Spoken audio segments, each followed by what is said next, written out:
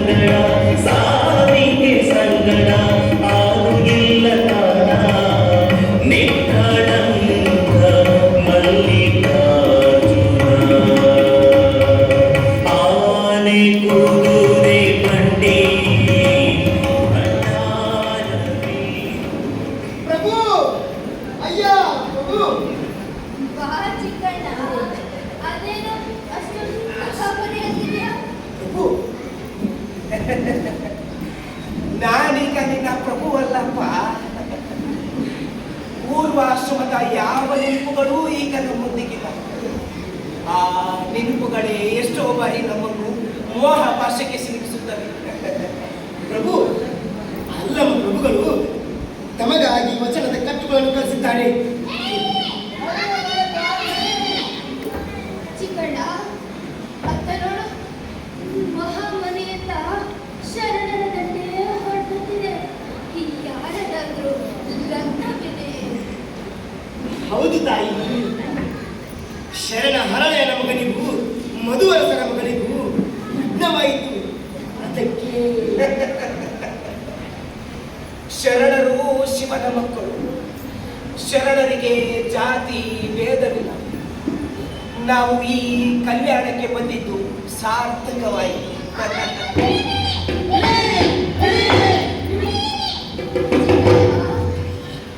ಅತ್ತ ನೋಡು, ಮಹಾಮನೆಯತ್ತ ಸೈನಿಕರ ದಂಡೆ ಹೊರಡುತ್ತಿದೆ. ಏನಾದರೂ ಕತ್ತಲವಾಗಿರಬಹುದೇನೋ. ದೊಡ್ಡ ಕತ್ತಲವೇ ನಡೆದಿದೆ ತಾಯಿ.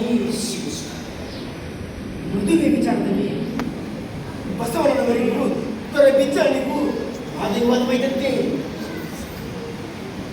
ಮದುವೆ ಮಾಡಿದ್ದು ಅಪರಾಧ ಎನ್ನುವುದು ಬಿಚ್ಚಲ ಪ್ರಭುಗಳ ಅಭಿಪ್ರಾಯ.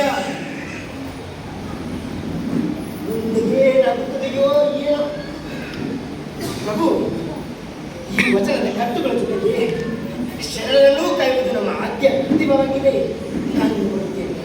ಶರಣ ಶರಣ.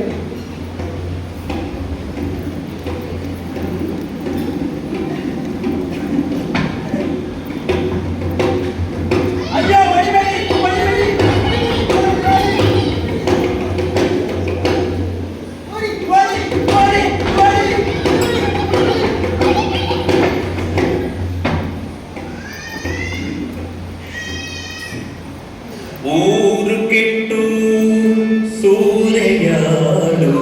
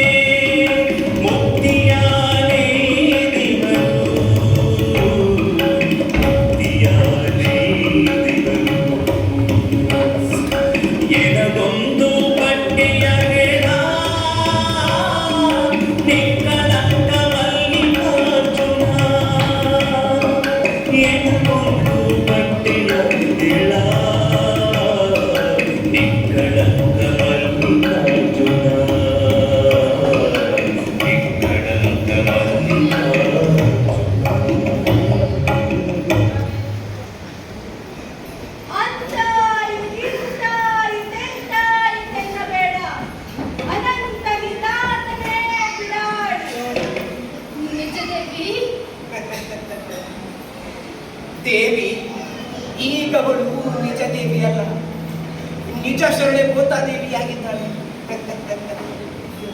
ಅಣ್ಣ, ಇಲ್ಲಿ ಕಾಣಣ್ಣ, ಕಲ್ಯಾಣವೇ ಬಯಲಾದಂತಿದೆ. ಬಯಲನ್ನೇ ಹುಟ್ಟು ಬಯಲನ್ನೇ ಒತ್ತು ಬದುಕಿದೆ ಇಷ್ಟು ದಿನ. ಹುಡುಕಿದೆ ಬಿಡಾಡಿಯ, ಅವನು ಬಯಲಾಗುವ ಎಂದು ಕರೆಯುತ್ತಿದ್ದಾನೆ.